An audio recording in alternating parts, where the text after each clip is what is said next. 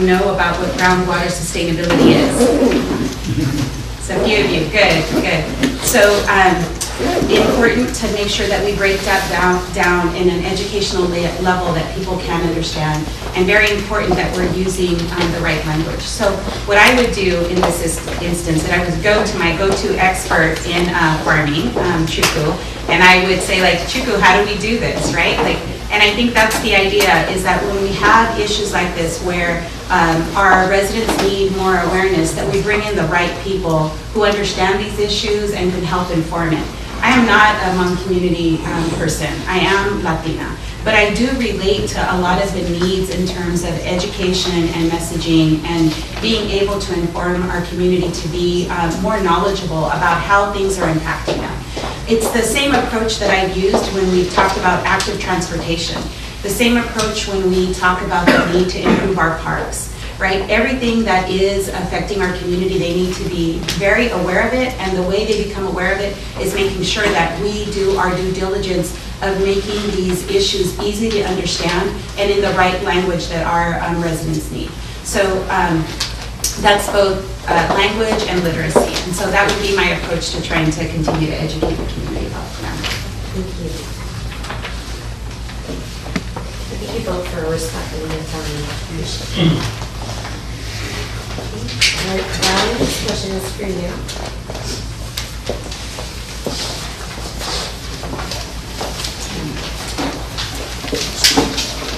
Will you look to hire staff that represent the demographics once you are elected? Will you look to hire staff that represent the demographics once you are elected? Yes. Yes, I will. I'm obviously not interviewing people for the jobs yet, but I do want to have people that speak the languages of the areas that I'm hoping to serve. My first language is actually Spanish, even though I look and appear very Irish and Anglo. My mother's from South America, and so I'm going to also employ people that speak Spanish, as I will people that speak Hmong, and there are a couple other languages in the district. I want to have people that are able to communicate with those that we're trying to serve.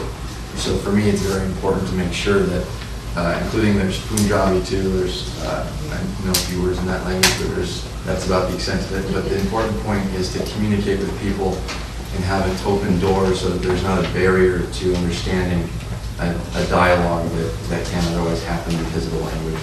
So the answer to that question is yes. Thank you. Thank you.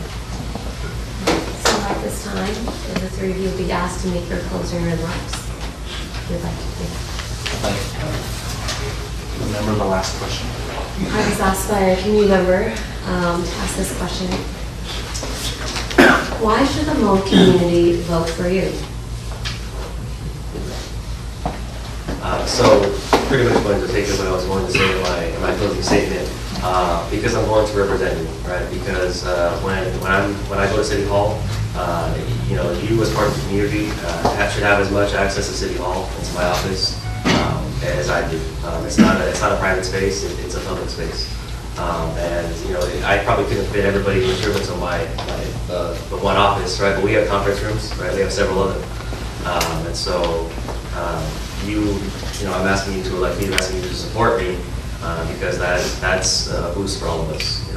I'll be a voice for all of us. Thank you. And Beba, why should the Hmong community vote for you?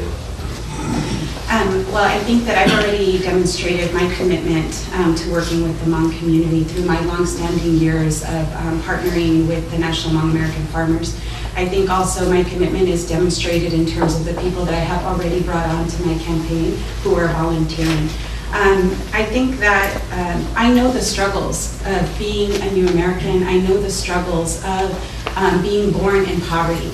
And so I can identify. I'm also someone who has been successful at being able to be the first in my family to be educated. And these are all things that I know are issues and dreams of the Hmong community. So I dream with you of a better future for our community. And I want us to have every opportunity for prosperity, for education, for economic development. And I think that we can only achieve that by building power together. So I look forward to continuing my partnership with the Hmong community and for us to be successful together. Thank you. Brian, why would the Hmong community vote for you? I believe the Hmong community should vote for me for this office because one of the things I'd like to do is not only serve the Hmong community in my capacity as an elected person in about a year, less than a year now, I guess, but also now what I'm trying to do is I'm trying to start some neighborhood watch programs. I'm meeting with everyone throughout the community anyway, and so what I want to do is get the community more engaged and involved in identifying and addressing and solving some of our issues. So tomorrow, I'm having an event at Gazebo Gardens at 4:30. Gazebo Gardens is located at Shields and Van Ness. Everyone is welcome to come. The police, the union is supporting me, and the fire union is supporting me. They're going to be cooking, so I want people to come, get to know other people, have a good community event, building goodwill. So tomorrow 4:30, please come if you can, Gazebo Gardens. But the goal I have, not only as a potential elected person, but as a human that has lived in this area for going on 10 years, is to help people solve our problems. Whether you're Hmong, Hispanic, Anglo, what have you. My goal is to lift people up in these neighborhoods. And one of the things is Jerry Bang walked in and we had a conversation about starting a community center on Maple and Belmont. And I know all of the obstacles that exist to trying to get development moving forward. It's a huge undertaking with the entitlements and all that process, and that's stuff that I've done in my professional capacity. And so I would be very happy, and in fact I shared that with the group we met with, to be involved in moving that process forward so that there could be another community center there at Maple and Belmont. So that would be something that I would be very excited to be involved in to help the community. But also, in the meantime, I'm trying to get the community engaged throughout this district. And so people are welcome tomorrow. Please come. Free food, good time to Gazebo Gardens at 4:30. Thank you, Brian. Okay, so then for your last minute closings, take note of the time. You guys got about a minute. Listen, so I was really excited to come here this morning, what I want to tell you is that despite being here and being excited, I do feel like this interaction was a little bit backwards, right? So the next time, we are here, I want it to be the other way around. Today, all three of us got up here and spoke about ourselves and our vision, but really I think it should be about the community input coming into us, right? Because that's really truly the only way to represent the interests of the community on city council diets, right? So you have my commitment that I'll be an open person and be proactive about reaching out to the community and having to be part of the efforts to build the future of our city together. And again, this is not my first introduction to that. From reaching out to the director of this center, Mr. Powell back there, to talk about issues, reaching out to folks like the director at SOAP to talk about their work there. Me and my buddy Bobby are connecting tomorrow to deliver some resources to a couple families who are in need. And again, with respect to the work I've done, teaching our students at City College, representing the community on the county school board, and having worked with some of the poorest families and some of the neediest families in our county throughout my career. So thank you for having me here, and really appreciate your support. Well, again, I want to leave you with my name is Rabbi Islas, and I am here to ask for your support. I'm someone who was born here in Fresno. I've been working for over a decade with under-resourced, disadvantaged communities to help drive resources there. And we've been successful at improving our parks, our active transportation plan, and forming it in a way that is equitable. I'm a child of farm workers. As I've shared with you, I am the first generation, the first person in my family to graduate from college. But I believe in investing in community, and I believe that when you invest in community, you can get great returns. So I'm hopeful of creating the community where you all are part of it in terms of participating at every level of decision making. Again, we build power together when we are inclusive and we honor and respect each other. These are values that my parents taught me. I'm someone who believes in service. I'm not someone who's running for city council because I want to gain political advancement in the future. I'm running because I want to serve, and I appreciate the opportunity to serve you. Thank you very much. Ciao, thank you. Thank you for having us here today. Thank you for everyone showing up today. New faces, some I haven't seen before, some I've seen before. I'm proud of the city of Fresno. I'm very proud of the city of Fresno. I'm proud of the neighbors that I've had a great chance to meet. I'm proud to live where I live. And my purpose in this mission to unite families and to unite neighbors has much to do with the issues I've lived with for the last 10 years. Issues that everyone here in this room, if you're from Fresno, has lived with. And my vision is one that is shared by the mayor, by the chief of police, by the sheriff, by the police union, fire union, transit union, others in the city that are supporting me. I want to be a public servant for you, a steward of change, a steward of the people here. And one of the things that we as candidates desperately need from you all is your engagement.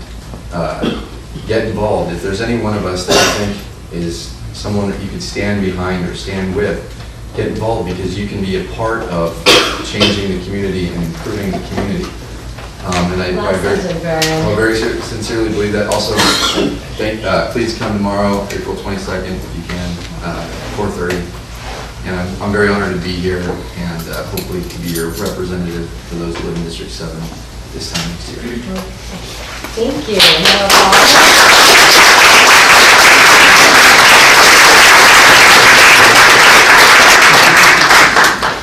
I just want to thank the three of you for being here.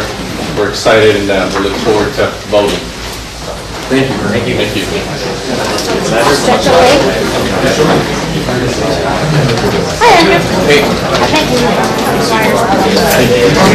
I heard a Sony camera turn off and I was like, it's not mine, I just turned mine off. It's never a good sign.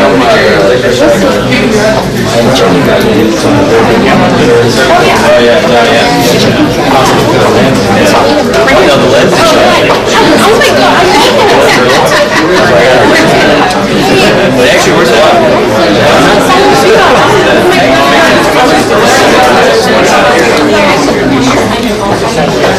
I don't see it.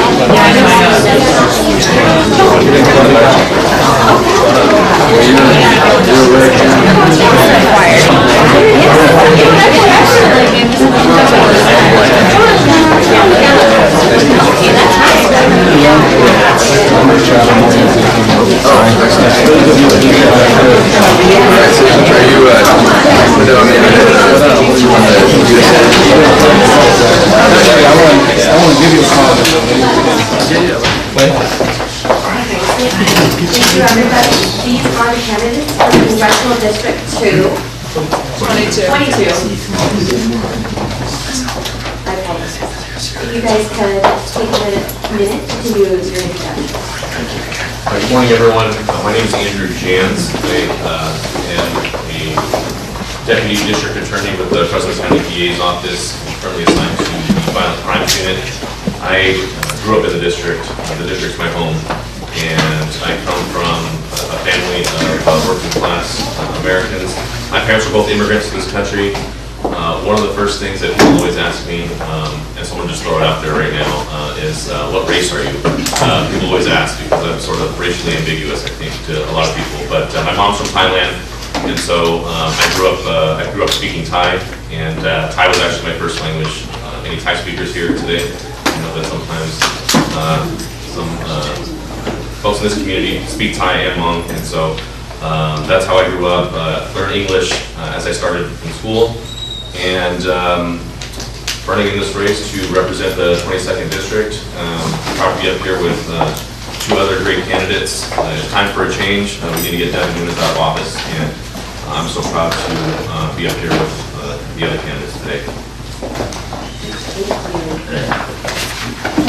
My name is Ricardo Franco, and this district has been home to my family for more than 100 years. So I'm actually a fourth generation Mexican-American, but I'm the first generation to not have to go out and work in the fields. Farm labor is one of the industries that we're going to go into. But I'm also the last generation, not just the last generation, the last person in my entire family to actually learn Spanish from birth. You know, we have a history of trying to Americanize ourselves and get rid of our culture, become more American. And I think now with the younger generation in today's days, we say we can be part of our home culture and continue to be American. And so it's a distinct opportunity that I have to represent this district, which is not just diverse in terms of its ethnicity, but diverse in terms of its generational experiences.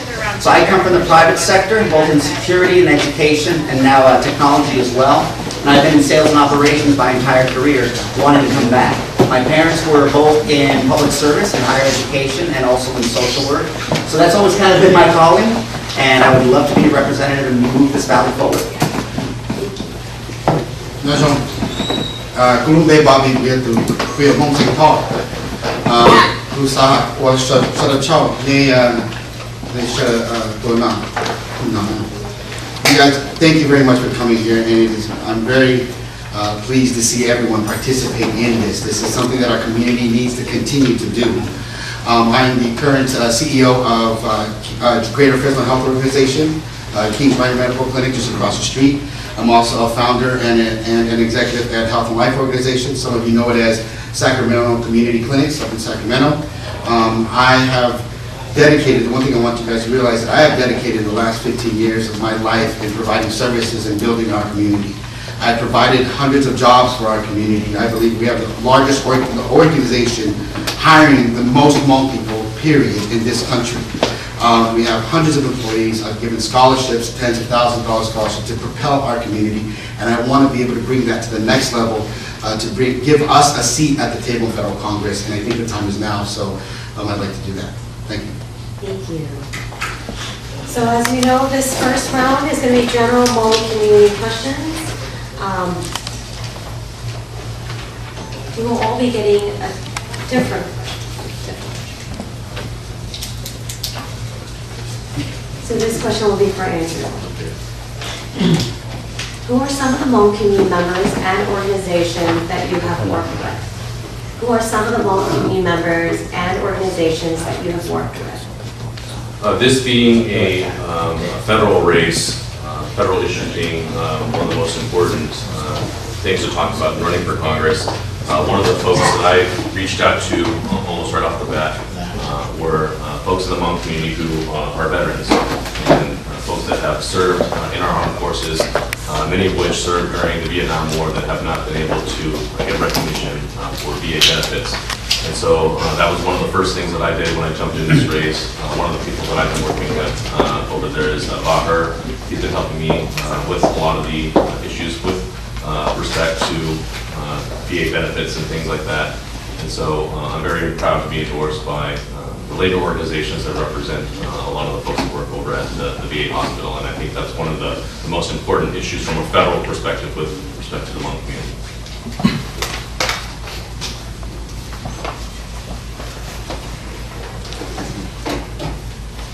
These questions to you.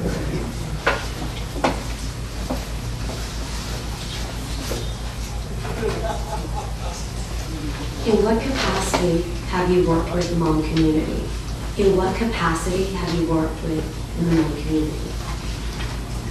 The two examples that really come to mind in working with the Hmong community for me has been, my early years starting out in business in the security guard industry. So I had a 90-mile radius out here at Fresno in which I was in charge of security guard operations, starting with 33 employees and growing that to more than 80. I had to do the hiring, I had to do the firing, I had to check up on them all hours of the day and night, I had to do the sales, the contract negotiations, everything. And so we ended up hiring a lot of people from the Hmong community there. And I think what's important about that is a lot of them were of my younger generation, and so they were the first generation to actually be born here. And as much as I was just trying to provide them a job, we realized there were some cultural similarities, and you know what? Their household maybe doesn't understand everything that's happening over here now on the other side in the working world, in the culture. And so we would ask a lot for them as employees, and they would give more than we would ask, but a lot of times say, you know what, our families don't understand this, or can you help our families come and understand this? And so, congrats to the County of Fresno and Sacramento, which will now be making sure that ballots can be translated into Hmong. We need to do the same thing on our business sector as well, too, to help with that transition. Not just for the literacy there, too, but for what we within our own communities, I'm from the Latino community, have to go through as we progress in our Americanism, if you will, from generation to generation. Thank you. This question is for you, Bobby.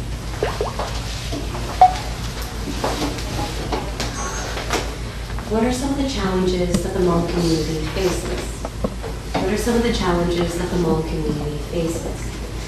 So like many other immigrant communities, Hmong people face a lot of different challenges. I guess 1 minute isn't enough to explain every single thing that we go through. But the one thing that I want to kind of start working on is to ensure that there are federal funds that do come down to help our minority communities.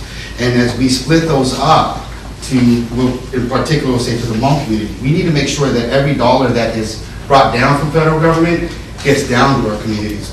You know, we have things that like we brought up the Transforming Climate Communities. Money had come down there and they want to start to get our Hmong community into the union schools, into the trade schools. But it went through a different group and then it goes through another group. And by the time it gets to us, just for short term, you know, easy way to say it, when we were allotted $100, we get $10 in our community. And that $10 doesn't stretch us far. So we'd like to, I would like to make sure that any assistance that we are able to get comes straight direct to our community first and then goes up, because these communities, the different immigrant communities, these groups, they're the ones who can outreach the best. They should get the top dollar for dollar.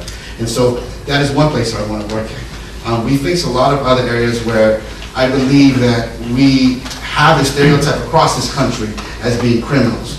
And you know, when you look in the newspaper, those are the things that people remember. And it's time to change that. We are having more people get into office. We are having more people get better jobs. We're having more people do these things. And so we need to propel that and let that be the stereotype of us. We have this problem of being looked at as if we are the mainstream API. We are not the Chinese and Japanese, but we are completely successful. But we have a lot of issues that we have to address that go along with the regular public level groups. Okay, so address that as well. Thank you. All right, so the next 2 rounds will be candidate questions.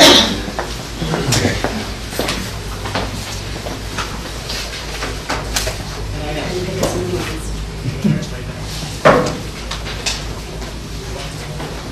And we'll just answer them down the line. So, Andrew, you go first. Give us an example of when you cross party lines to vote for a bill. Give us an example of when you cross party lines to vote for a bill. So I'm a first-time candidate for public office, so I've never voted on a piece of legislation ever, so I can't provide you with that example. But I can tell you about the work that I do in my office. I come from a law enforcement background, and in my office, being in law enforcement, it's predominantly Republicans that work there. I'm a registered Democrat. And so what we do, and what we're very proud of in our office is what we do for the community. And that's going out there and making sure that our communities are a safe place to live. And also being advocates for victims of violent crimes, which is my assignment in my office. And I can talk about one instance where nobody in my office wanted to take a case. It was a case that involved folks in the Hmong community being disproportionately targeted with crime. And so nobody else wanted to take the case. I took it. It was one of the most high-profile cases in 2016. And we had a member of the community, a criminal, going out there and specifically targeting Hmong farmers. And so this is the case I prosecuted. It's an attempted murder case. The guy is now serving life in prison for what he did.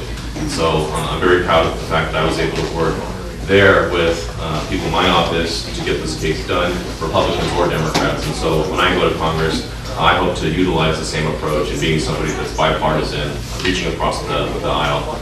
I think that is what the American people want now more than ever, just seeing what's going on in Washington with what Donald Trump is doing. It's so partisan, and even a simple investigation into Russia meddling in 2016 has turned into a real partisan issue, and I think that's got to stop, and I hope to go to Washington and do that.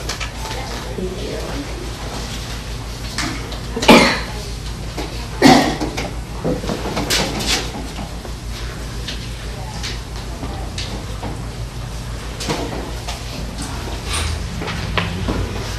What are your experience with medical congressional bills? What are your experience with medical congressional bills? I yell about them a lot. It's a first-time candidate myself, too. This is the thing, right? I'm a registered Democrat, and I'll tell you, us Democrats as well as Republicans are both in the pockets of the insurance industry. And so the bills they pass are going to make the insurance industry money. And here's my biggest criticism as a guy who came out of business school. Healthcare doesn't work in the free market system, supply and demand and price. The patient goes in, the doctor tells them what they're going to buy, and neither the patient nor the doctor know what the overall price is going to be for that. So how are you supposed to make an informed decision to say, I can't afford this or I can't afford that? And how are you supposed to even come to that when you say, I need emergency medical care right now? And so with healthcare legislation right now, that's the biggest issue that nobody wants to talk about or tackle, and that's where I start to scream and yell about that.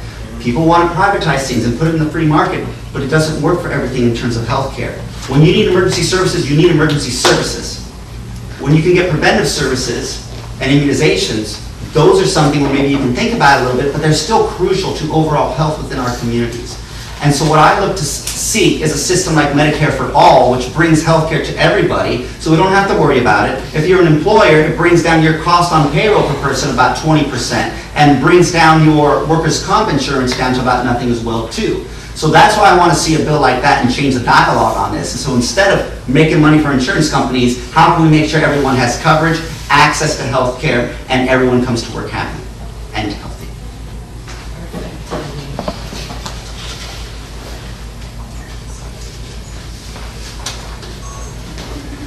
This question is for you, Bonnie.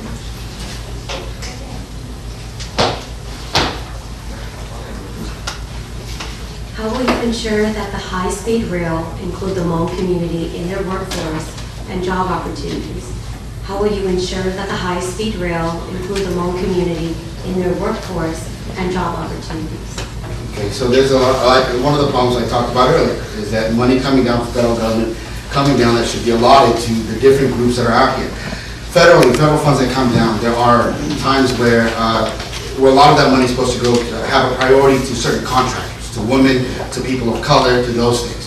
So as we have these big jobs, and I think in the high-speed rail, we brought, the federal government brought down $5 billion. It's not just a state, it's a state-funded group that gets some funding from the federal government. When that $5 billion comes down, we need to ensure and monitor and make sure that the states are compliant with the hiring process. I believe we have 4 Hmong people working on the high-speed rail, we don't even know what they're doing, when there's a lot of other people working on it. But there's no monitoring or compliance behind that. We have a lot of capable independent contractors. We have a lot of capable contractors with bonds that can work at the high-speed rail, but they're not getting the jobs. They're not being outreached to. It's not working in the way that it's supposed to. So there's already federal legislation that's supposed to monitor that. We just need to make sure that it's monitored. And by doing that, we will ensure that those jobs will be given to our people.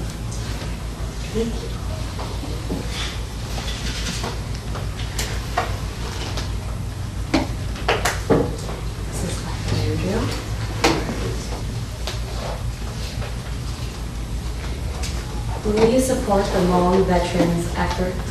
Will you support the Hmong veterans' effort? Absolutely. As I mentioned before, this is one of the first things that I did in reaching out to the Hmong community, and it has to do with going back to this community being in the armed forces during the Vietnam War. The Hmong community helped us win this war, and I really think that this issue has been forgotten by a lot of politicians, especially in Washington. And so I think that we need to send more people to Congress that understand this issue and that consider this issue of high importance. Because if you serve our country, you deserve these benefits and you deserve the status. Brian Whalen talked a little bit about getting access to the Arlington National Cemetery for those in the Hmong community that have fought and died for our country. And so I think that this is a very important issue, and I really believe that the Hmong community is the embodiment of the American dream and the American spirit, and I think we need to send people to Washington that will fight tooth and nail for this issue.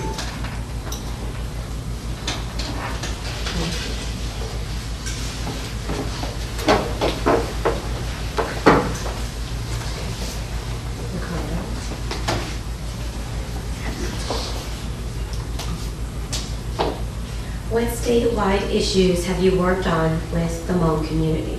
What statewide issues have you worked on with the Hmong community? Again, I reflect back on my time as an employer. I've been an employer since I was 22 years old. And some of my employees coming from the Hmong community. The two things that I would say that really touched us that were statewide issues, but just more general, was number one, employment law around here in California, as well as healthcare.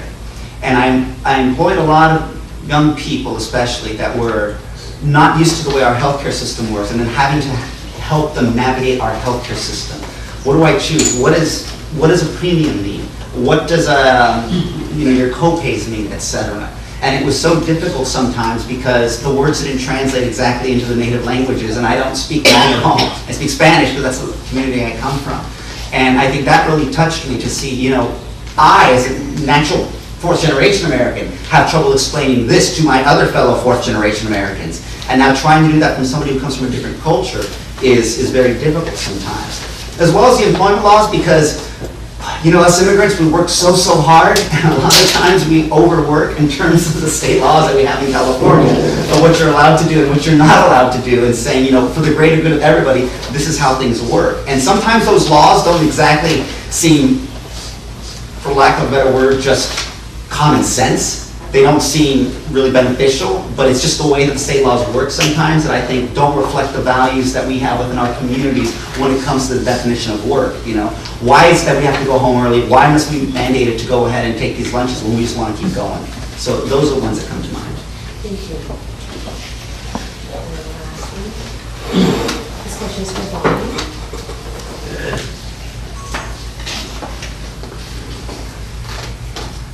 What specific resources have you brought and will bring to help the Hmong community here in the Central Valley? What specific resources have you brought and will bring to help the Hmong community here in the Central Valley? So 15 years ago, I started Health and Life Organization. Today, we have over 100,000 patient lives. Today, I'm the CEO of the health clinic across the street from here. We have a third clinic open up on Cedar. I have all together over 125,000 lives, providing primary care services and dental services and mental health services. So these services that we brought back into the community, we have the majority of the Hmong folks, the majority of our Hmong elders are coming to us and utilizing a lot of our services. Upon that, so using that service, that I've collaborated with the different groups out here. I've collaborated with Fresno Center. We are looking for future collaborations in order to get all the services that our Hmong community needs. So I provided jobs, I provided income, I provided scholarships, a lot of different things to the Hmong community, and I want to be able to continue to do that and to continue to ensure that these things are here. Look, as we look at this, the federal government has a responsibility to set some minimal standards and minimal guidelines, and we need to make sure that those are fair and all across the board. A lot of different communities get a lot of funding, get a lot of assistance.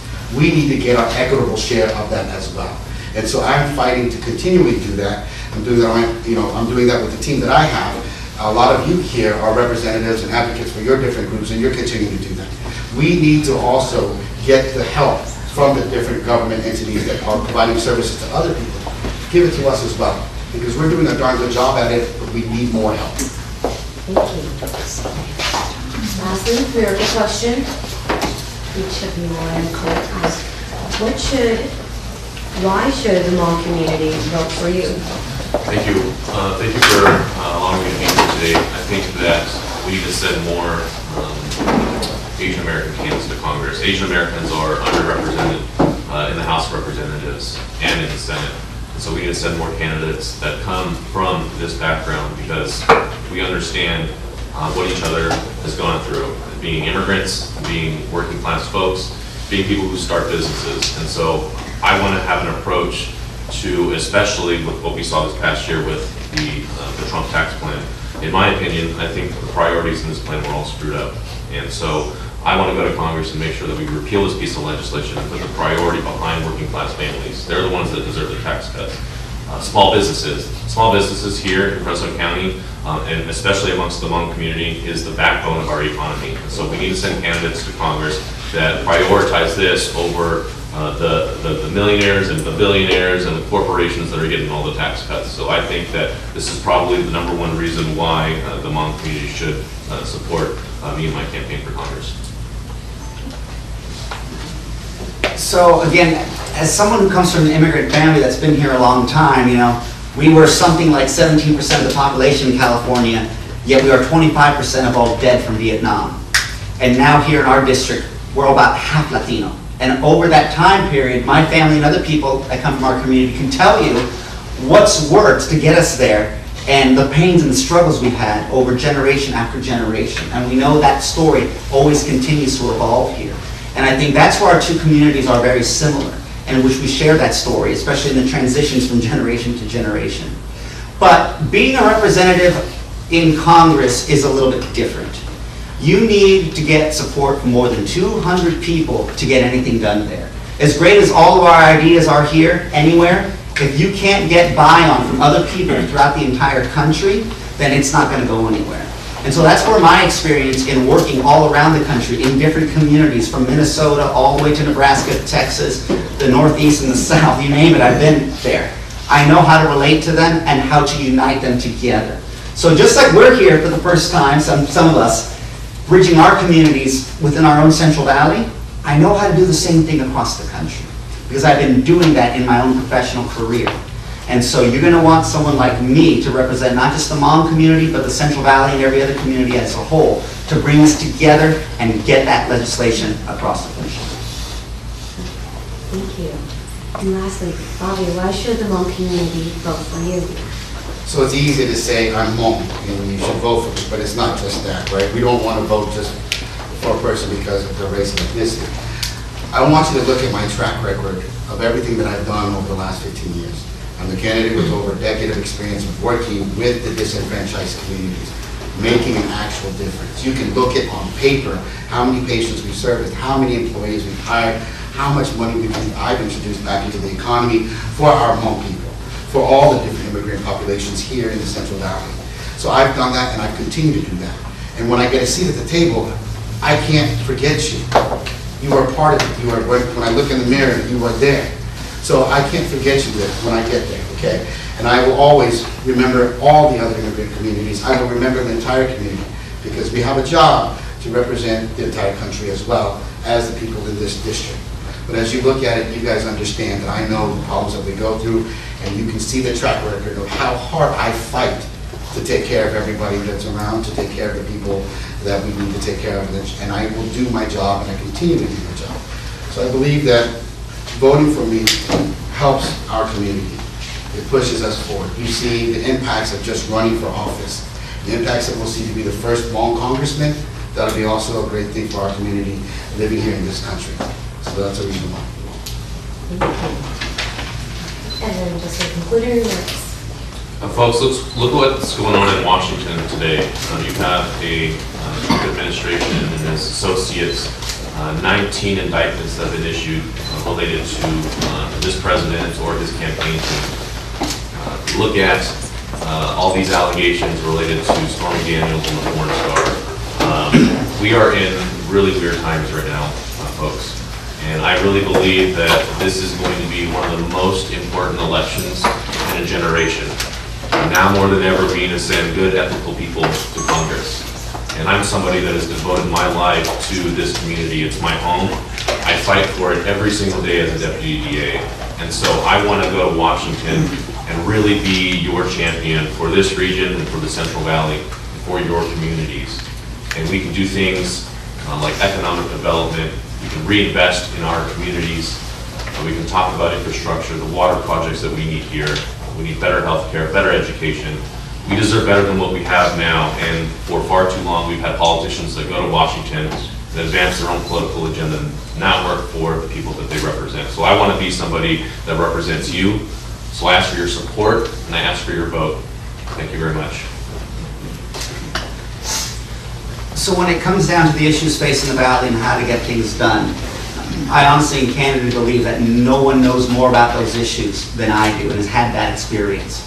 That's why I want to pass Medicare for All, to make sure that we do have health care, but it's going to spur business because it reduces that burden and puts that money back in their pockets that they were spending on health care. I want to build a full research-based medical school right here to diversify the economy, but we're going to need more doctors once we pass Medicare for All. It'll also help us research the issues we have related to health in the Valley, like valley fever and asthma and our air quality, and help supplement the specialists that we need here for veterans care, as well as when we get older in life for the things that pop up. But you know what? We can't do any of that unless we have water. which is why we need to invest in more water storage above and below ground, and look at new technologies and adopt them, and have federal funds assist us in adopting us in that way. So I'm educated across the issues across the board, and I also know how to implement those things. And I will never, ever stop fighting for you. Just yesterday, I had to bury one of our deported veterans who was not able to make it back across this country. He was buried in Reedley. I am never, ever going to forget that, and I'll never forget any single one of you.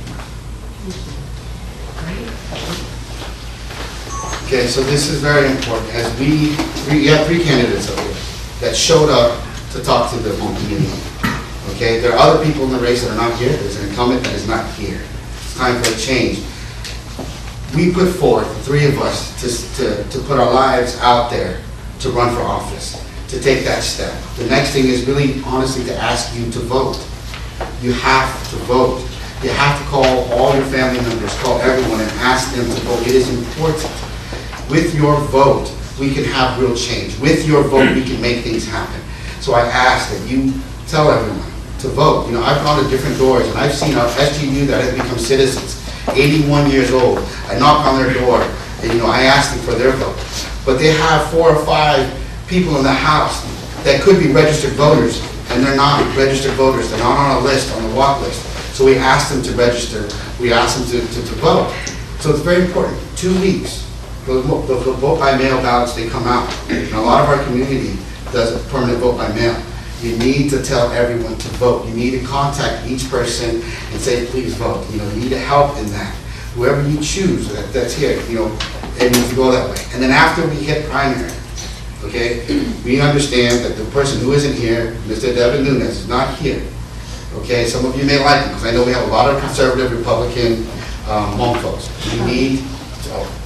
So please vote, and after primary, you have 3 of us here. Please, it's one of us 3 afterwards. Thank you.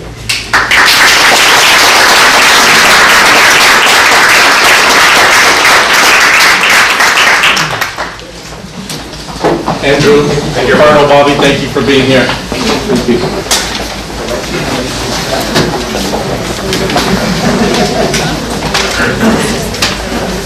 Thank you for having us.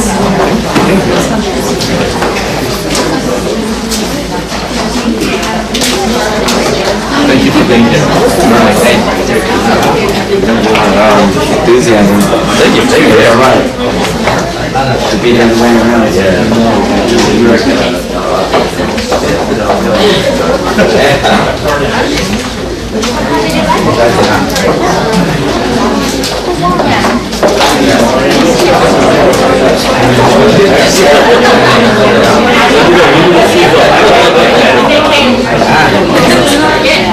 All right, guys, we got 2 minutes until our next panel, which is our county clerk.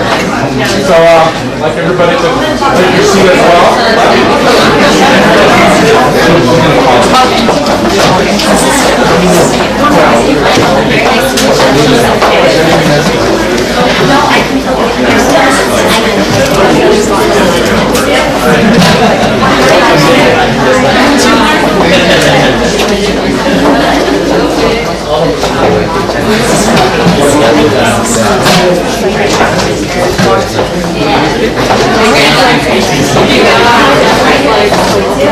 Oh,